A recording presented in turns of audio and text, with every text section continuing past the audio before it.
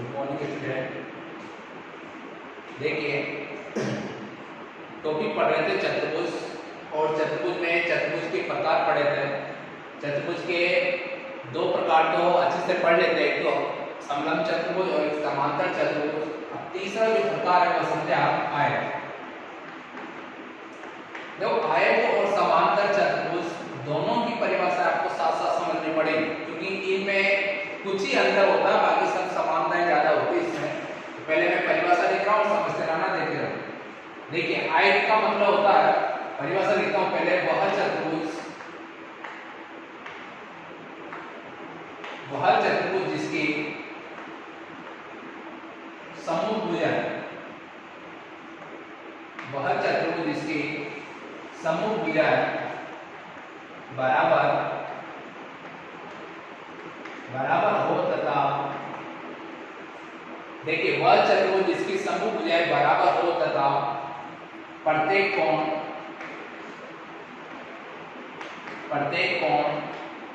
90 degree हो, मतलब समकोण।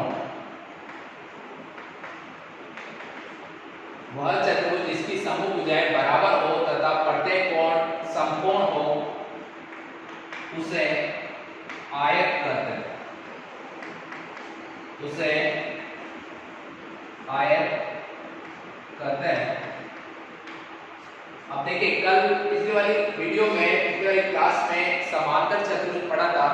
समांतर चतुर्भुज में यहाँ तक यही परिभाषा लिखी थी कि वह चतुर्भुज जिसकी समभुजाएं बराबर हो उसे समांतर चतुर्भुज कहते हैं। पर आयत में एक लाइन और जुड़ जाती है कि इसमें प्रत्येक कोण 90 डिग्री का होता है। समांतर चतुर्भुज में प्रत्येक कोण 90 डिग्री का हो ऐसा नहीं होता, उसमें केवल ये कंडीशन रहती है कि इसमें समकोण बराबर हो। पहले आप इसको पूरा समझे। वह चतुर्भुज जिसकी समभुजाएं बराबर हो तथा प्रत्येक कोण 90 डिग्री हो, उसे आयत कहते हैं। इसमें आगे लिखता हूं मैं, आयत के दोनों विकर्ण, आयत के दोनों विकर्ण बराबर होते हैं। आयत के दोनों विकर्ण बराबर होते हैं तथा दोनों विकर्ण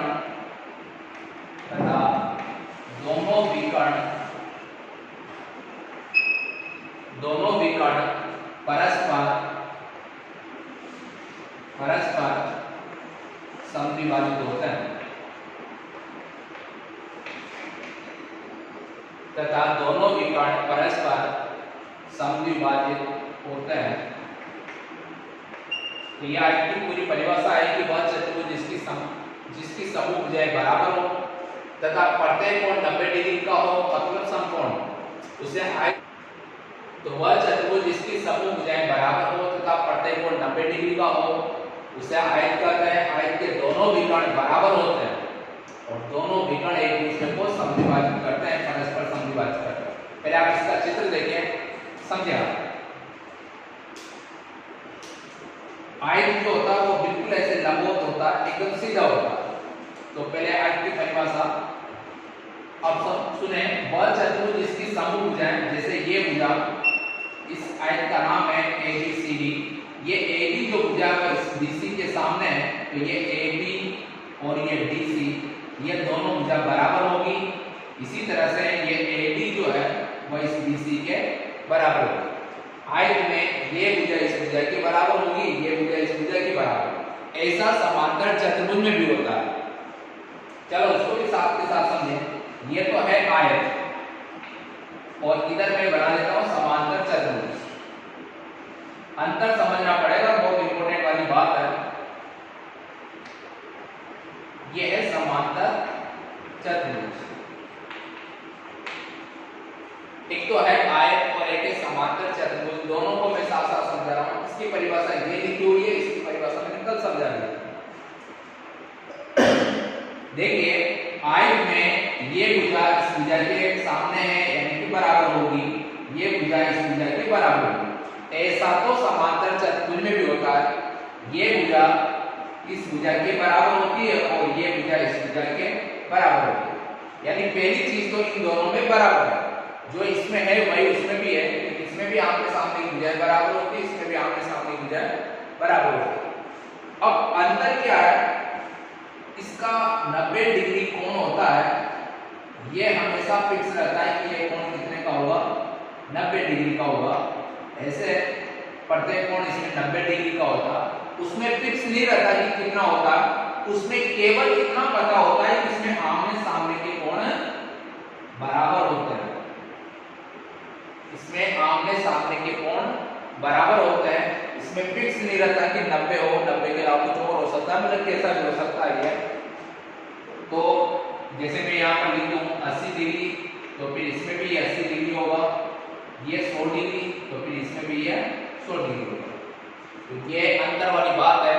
पहले तो बराबर क्या पढ़ा, पहले तो बराबर चीज क्या है कि इसमें आमने सामने की भुजाएं बराबर होती है, इसमें भी आमने सामने की भुजाएं बराबर होती है। ये तो है समानता वाली बात।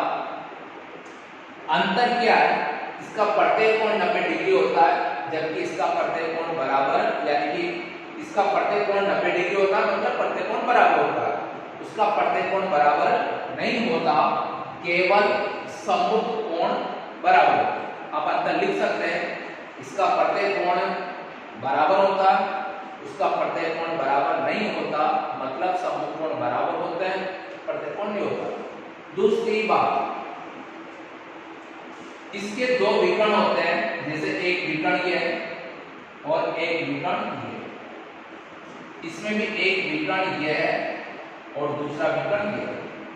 अब यहाँ भी क्या चीजें बराबर है दोनों में और क्या चीजें बराबर नहीं है, अंतर समझना। देखो सबसे पहली बात, इसमें मैंने लाइन दिखाई है कि आयत के दोनों विकर्ण बराबर होते हैं। ये आयत के दो विकर्ण हैं, एक विकर्ण ये है, दूसरा विकर्ण ये है। जैसे एक विकर्ण मान लीजिए 10 सेंटीमीटर का है, तो फिर दूसरा भी 10 सेंटीमीटर का ही होगा, क्योंकि ये बिल्कुल चारों तरफ से बिल्कुल बराबर है, एकदम बराबर है।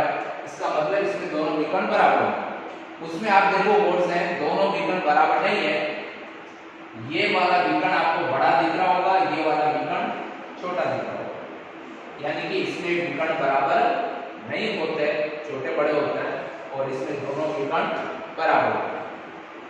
तो एक अंतर ये और हो गया, इसके दोनों विकर्ण बराबर होते हैं, उसके दोनों विकर्ण बराबर नहीं होते। लास्ट की एक और लाइन लिखी मैंने कि इसके दोनों जो विकर्ण है वह परस्पर समविभाजित करते हैं। ये बात दोनों में लागू हो जाती है, इसके भी दोनों विकर्ण एक दूसरे को समविभाजित करते हैं, उसके भी दोनों विकर्ण एक दूसरे को समविभाजित करते हैं। जितना विकर्ण ये है, जैसे मान लीजिए 10 सेंटीमीटर का है, तो फिर 5 सेंटीमीटर ये होगा, 5 सेंटीमीटर का होगा। ऐसे इसमें भी, अब ये 10 है तो फिर ये दूसरा विकर्ण भी 10 से होगा, ये भी 5 सेंटीमीटर, यानी कि ये भी 5 सेंटीमीटर। पर इसमें देखो ये छोटे बड़े हैं, बाय द वे जैसे ये 12 सेंटीमीटर का है, तो यहाँ से 6 सेंटीमीटर होगा, यहाँ से 6 सेंटीमीटर। अब ये 12 है तो ये 12 नहीं होगा, ये छोटा, ये 8 का हो सकता है, 10 का हो सकता है, 9 का हो सकता है, जो भी होगा। तो ये यहाँ पर आधा कर देते हैं। तो दोबारा रिपीट कर देता हूँ मैं, क्या क्या चीजें बराबर है, क्या क्या चीजें बराबर नहीं है।